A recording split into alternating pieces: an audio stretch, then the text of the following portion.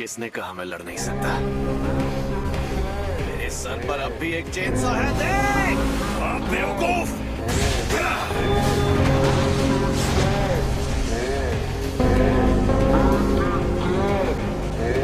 दादाजी ने सिखाया नहीं क्या? हार मानने में समझदारी होती है।